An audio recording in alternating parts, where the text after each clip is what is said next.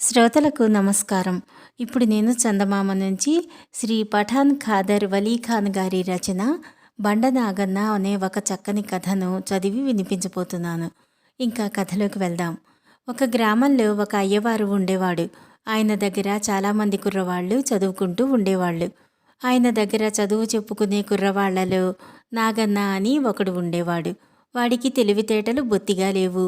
ఒకరోజు అయ్యవారు నాగన్నను పిలిచి, ఒరే బండవాడా, నువ్వు గ్రామ పెద్ద ఇంటికి వెళ్ళి చెట్టు గలవారిని అడిగి నేను తెమ్మన్నానని 4 కొబ్బరికాయలు పట్టుకురా అని గోతం ఇచ్చి పంపాడు. నాగన్న గ్రామ పెద్ద ఇంటికి వెళ్ళాడు. కానీ చెట్టు గలవాళ్ళంటే ఎవరో తెలియలేదు.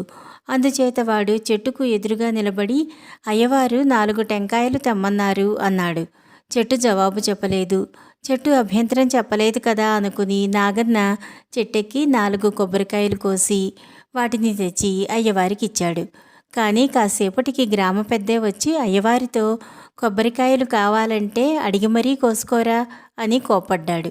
బండవాడు మీతో చెప్పాడనుకున్నానే, వాణ్ణి కోపడతాలేండి అని అయ్యవారు గ్రామ పెద్దను సమాధానపరిచి పంపేసి నాగన్నను పిలిచి, టెంకాయలు ఎవరినడిగి తెచ్చావురా అని అడిగాడు. చెట్టునడిగానండి అన్నాడు నాగన్న. నీకు బుద్ధి లేదురా, అందుకే చదువులేని మొద్దు కదలలేని ఎద్దు అన్నారు. నువ్వు పశువుల్ని కాయటానికి తప్ప ఇంకెందుకు పనికిరావు. రేపటి నుంచి గొడ్లను కాయి అన్నాడు అయ్యవారు. మన్నాటి నుంచి బండ నాగన్న అయ్యవారి పశువులను మేపనారంభించాడు. అయ్యవారు అన్న మాటలు వాడికి సరిగ్గా అర్థం కాలేదు. కదలని ఎద్దును కదిలిస్తే చదువు బాగా వస్తుంది కాబోలునని వాడు అనుకున్నాడు. అయ్యవారు ఊళ్ళోని శివాలయానికి పూజారి. నాగన్న ఒకసారి ఆ శివాలయానికి వెళితే అక్కడ నంది కనిపించింది. అది కదలని ఎద్దు కనుక దాన్ని కదిలిస్తే తనకు చదువు వస్తుంది అనుకుని వాడు ఆ నందిని బలంగా తోశాడు.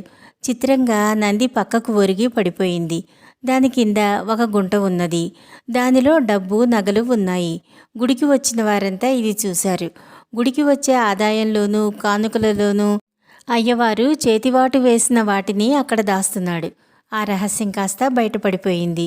ఇటువంటి పనులు ఇక ఎన్నడూ చెయ్యనని గ్రామంలోని పెద్దలందరి దగ్గర చెంపలు వేసుకున్నాడు అయ్యవారు.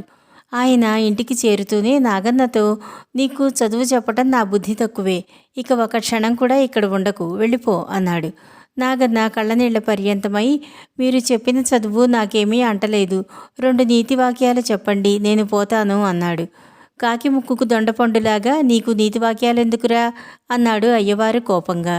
నా గతేం కాను అన్నాడు నాగన్న. ఏమో, ఎవరు చెప్పగలరు, రానున్నది రాకమానదు, కానున్నది కాకమానదు, వెళ్ళు అన్నాడు అయ్యవారు. నాగన్న తన చిన్న మూట నెత్తిన పెట్టుకుని, కాకి ముక్కుకు దొండపండు, రానున్నది రాకమానదు, కానున్నది కాకమానదు అని గురువుగారన్న మాటలు వల్లె వేస్తూ తన ఊరి దారి పట్టాడు. దారిలో నాగన్నకు ఒక చెట్టు మీద కాకి వచ్చి వాలటం కనిపించింది. దాని ముక్కున ఏదో ఎర్రగా ధగధగలాడుతున్నది. అయ్యవారు చెప్పిన కాకి ముక్కుకు దొండపండు అదే కాబోలుననుకున్నాడు వాడు. కాకి ముక్కుకు దొండపండు తగదన్నట్టుగా అయ్యవారు మాట్లాడారు.